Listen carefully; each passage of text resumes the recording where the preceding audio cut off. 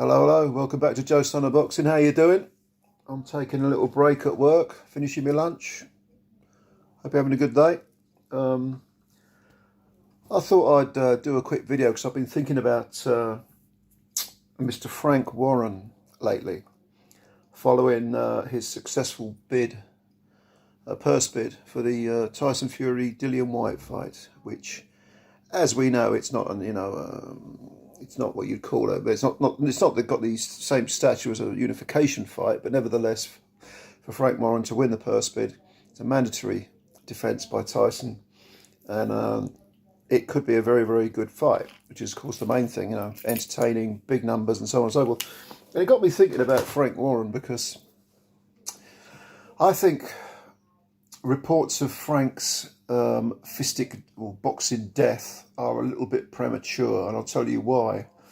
There's no doubt that Eddie Hearn rules the roost in Britain and probably Europe and is a major player in world boxing. No question at all. What he's achieved is immense, and he certainly revitalised a very stale British boxing scene when he took over at Sky.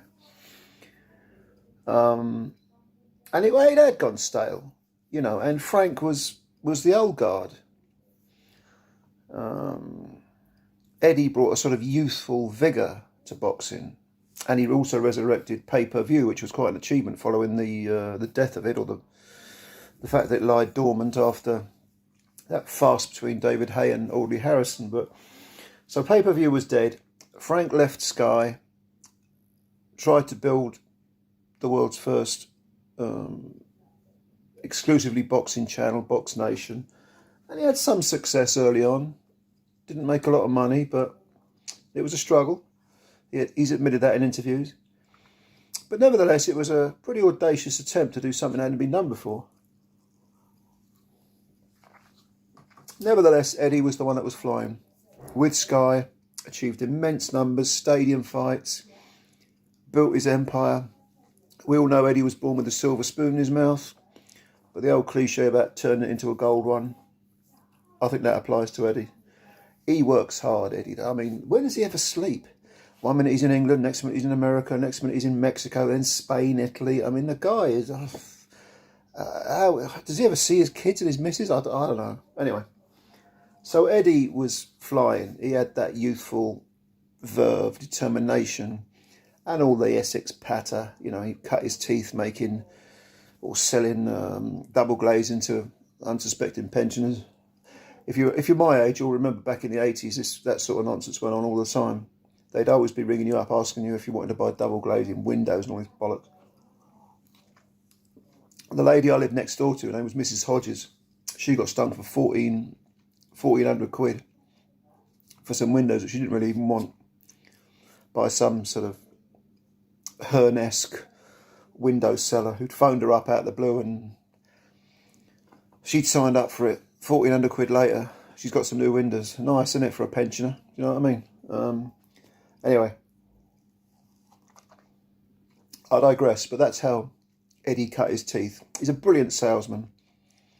Of course, there are some salesmen that are very moral and some that are very immoral, but Eddie is a very good salesman. And in fairness, his fighters have never complained about him. I don't think he's ever been sued. So he was flying, and people just wrote Frank Warren off. Get the hell out of here. You go to a company's house, which of course you're entitled to do, and you will see their figures. Queensberry Boxing have not been doing well financially. But let's look back at Frank Warren's legacy, if you like, or his career. He's been around for about 40 years now.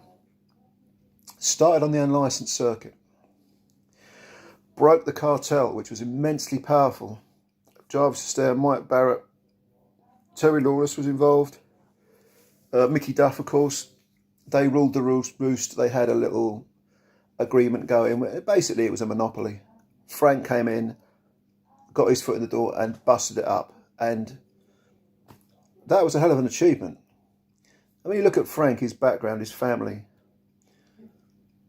They're not whiter than white. They know people. They're from that sort of London, not the underworld, but they know people. You know, Frank's cousin was Lenny McLean, and when he was shot, you know, he actually said in an interview, he was asked if he knew who shot him, and he wouldn't answer. He said, I would never go to the police anyway. He's got that old London, you know, 1 foot in the underworld sort of vibe to him. Not that he's been an illegitimate businessman in any legal sense. He's had many litigations, of course, and he's very keen on suing people at what he perceives to be slander.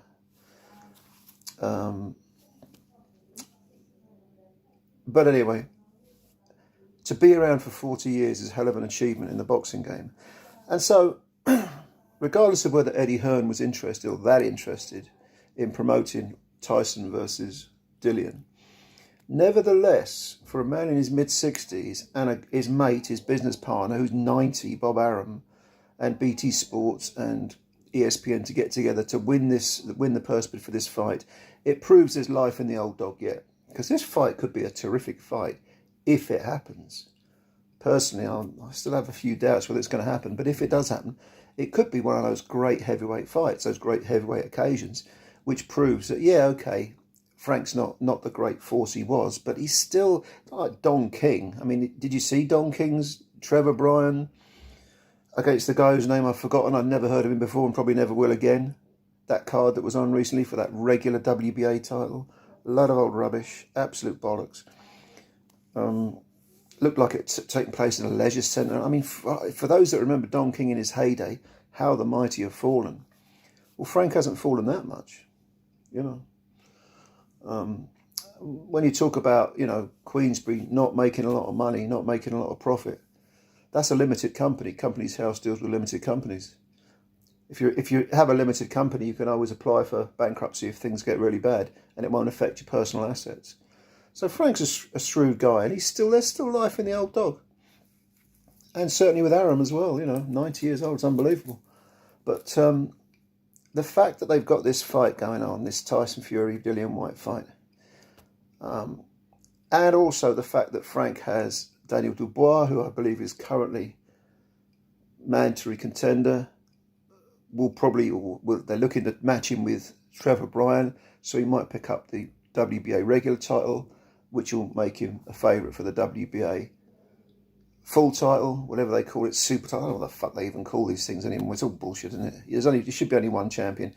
But the point I'm making is that Daniel Dubois could be a major heavyweight on the scene still, under Frank Warren. You've got Joe Joyce, #1 in the WBO. Heavyweight-wise, Frank's got his fingers in quite a few pies. And again, I know I'm repeating myself here, but it doesn't indicate that he's completely finished. Now, okay, his stay was a bit thin, agreed. But he's got people like Zach Parker under him. A few other fighters, a few other guys who are, Catterall. I know Catterall's going to fight Taylor and will probably get beaten. But nevertheless, he's got a fighter who's going to go in against an undisputed champion.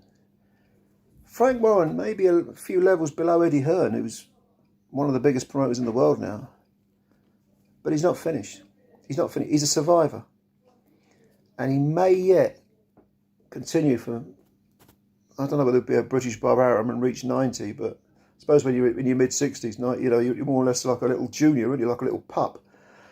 25 years, you've got your business partner's 25 years older than you and you're in your mid-60s. I mean, come on, that's a big difference, So, yeah, just a few thoughts on Frank Warren. He ain't finished yet. And what do you think? I mean, don't get me wrong. Frank has never been someone that I would even consider trusting. Never. But interestingly, back in the 90s, when he was really in his heyday, he had business dealings with Don King, who at the time was also, the world's major promotion, him and maybe Top Rank. And that ended quite acrimoniously because Don King sued Frank. And I think I'm right in saying he's the only person to successfully sue him. Took away about 900 grand, I think. But, yeah. Frank Warren, 40 years counting, still a survivor. What do you think? Leave your comments below. If you're new to the channel, please subscribe. I know everyone says that, but please subscribe to the channel.